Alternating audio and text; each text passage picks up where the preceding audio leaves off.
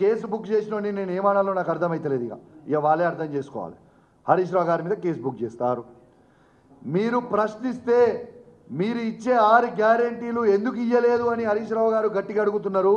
ప్రశ్నిస్తూ ఉన్నారు అని మీరు కేసీఆర్ గారిని తిట్టడమే, కేటీఆర్ గారిని తిట్టడమే, హరీష్ రావు గారిని తిట్టడమే, కేసులు పెట్టడమే.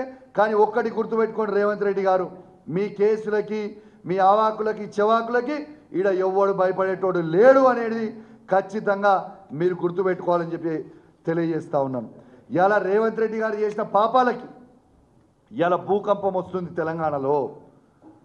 ఇలా రేవంత్ రెడ్డి చేసిన పాపం అని చెప్పక తప్పదు. ఇది రేవంత్ రెడ్డి గారు అన్ని దేవుళ్ళ మీద ఒట్లేసి నేను రుణమాఫీ ఖచ్చితంగా ఆగస్టు 15 తారీఖు వరకు తెలంగాణలో ఉన్న ప్రతి రైతుకి నేను రుణమాఫీ చేస్తా అని చెప్పి ప్రమాణం చేసిండు. ఇలా రుణమాఫీ నువ్వు చేయకపోతే దాని రియాక్షన్ నువ్వు చూసినావా రేవంత్ రెడ్డి? నువ్వు చేసిన పాపానికి ఇలా పొద్దున తెలంగాణలో పొద్దున్నే ఇవాళ భూకంపం వచ్చింది. అంటే దేవుళ్ళు ఒక వార్నింగ్ పంపిస్తూ ఉన్నారు. ఇకనన్నా నువ్వు సిగ్గు లేకుండా అబద్ధాలు బంద్ చేయి. అయ్యా దేవుళ్ళ మీద ఒట్లేసి అబద్ధాలు చెప్తే తెలంగాణ ప్రజలకి చెడు జరుగుతూ ఉంది. ఎందుకంటే నువ్వు బాధ్యత కలిగి ఒక ముఖ్యమంత్రి కుర్చీలో కూర్చున్నావు.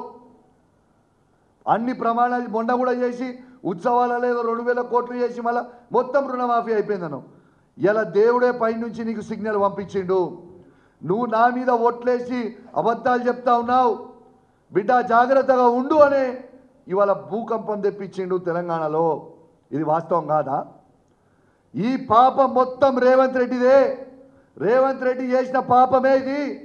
రేవంత్ రెడ్డి గారు దేవుళ్ళ మీద ఒట్టేసి అబద్ధాలు ఆడినందుకే ఇవాళ భూకంపం వచ్చింది. అదొక రియాక్షన్ అనేది చెప్పక తప్పదని చెప్పి సందర్భంగా తెలియజేస్తా ఉన్నాను. ఇలా రేవంత్ రెడ్డి గారు అసలు ఆయనకైనా ఏమనుకుంటుండో అర్థమవుతలేదు. అయ్యా దేవుడా నీకు దండం పెడుతున్న మీడియా ద్వారా మా తెలంగాణ